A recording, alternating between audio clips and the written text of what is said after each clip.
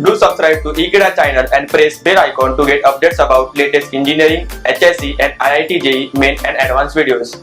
Hello students, let us solve the next question, number 13 of NEET Physics paper 2017.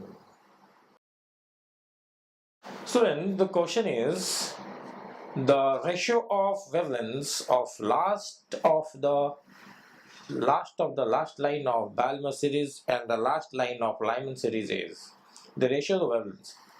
So this is from modern physics, atoms, molecule, nuclear chapter. We know that 1 over lambda, when the transition is taking place from any orbit to any other orbit of hydrogen or hydrogen-like atoms, we have 1 over lambda, that is called the wave number, is rz square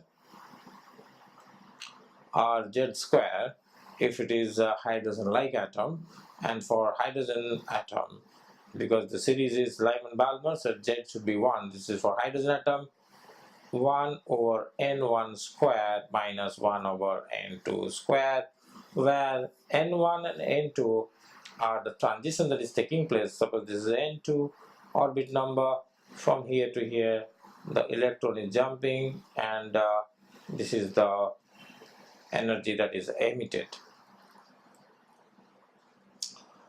So this is hc over lambda, and this lambda is considered here.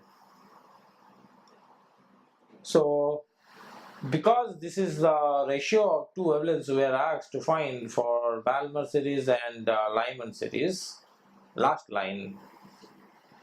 So if you know, then let me just remind you that for n is 1, then for n is 2, and n is 3, and so on up to infinity. Suppose this is your n is infinite.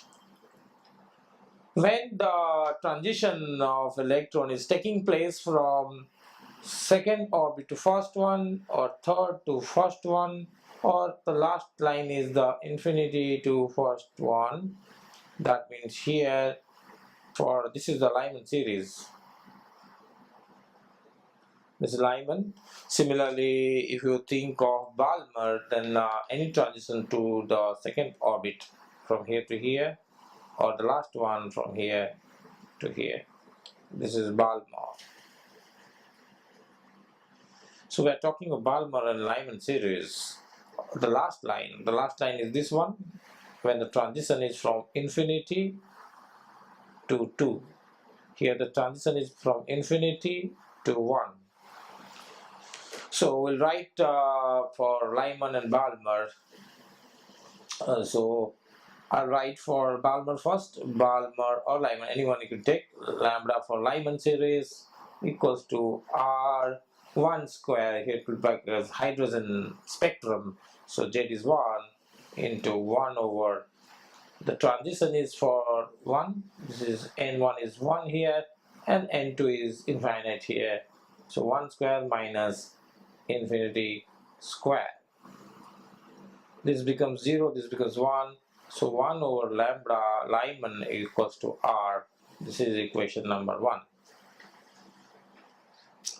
Similarly, for the Balmer series, you can say here the only change that is taking place is here n1, which is 2, that is 2 square.